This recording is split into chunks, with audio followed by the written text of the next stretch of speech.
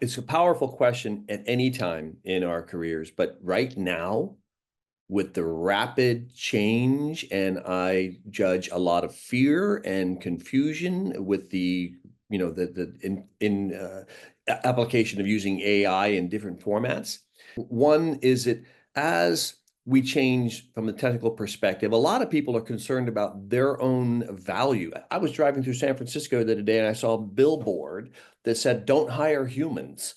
It was a billboard, right? So they're just communicating something about AI, but that is the sentiment.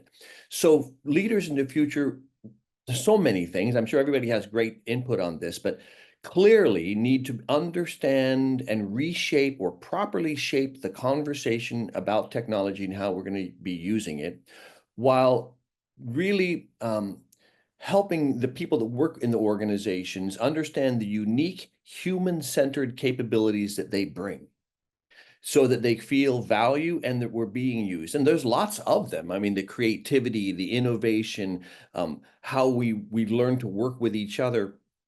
But those two elements together are critical. Now within the human-centered parts, I've always been a champion over the last number of years of coaching that leaders need to become more and more self-aware. They need to do their own work about understanding how their responses are shaped and how they're and getting unattached to the pattern that may exist. So that level of self-awareness and self-regulation is important in leadership, but it's also important because it models for the people that work for them about their own growth edge. And what I believe is that as AI becomes more integrated and takes a lot of repetitive and sometimes even less repetitive tasks off, we are left with having to grow even more quickly from our emotional intelligence, our relational intelligence, how we create community and belonging.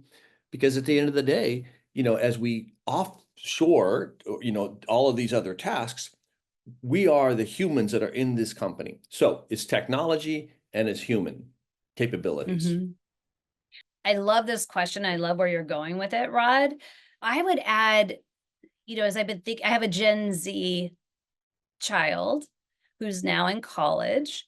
And I've been really curious around what is that generation? How is that looking? It's so different, right? They were raised at key time during the pandemic. They were raised with technology in ways that generations before them just didn't have the same kind of access to early on.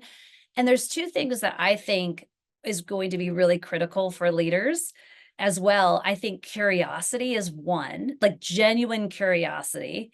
And I think finding a comfort with with accepting that things are going to be accomplished or approached or considered differently than the generations before Gen Z, because they just can see things and look at it so differently. And I think those skills around curiosity and comfort with the way I think it should be done maybe isn't the only way it could be done, is something that aligns very much to that self-awareness component you were speaking of too.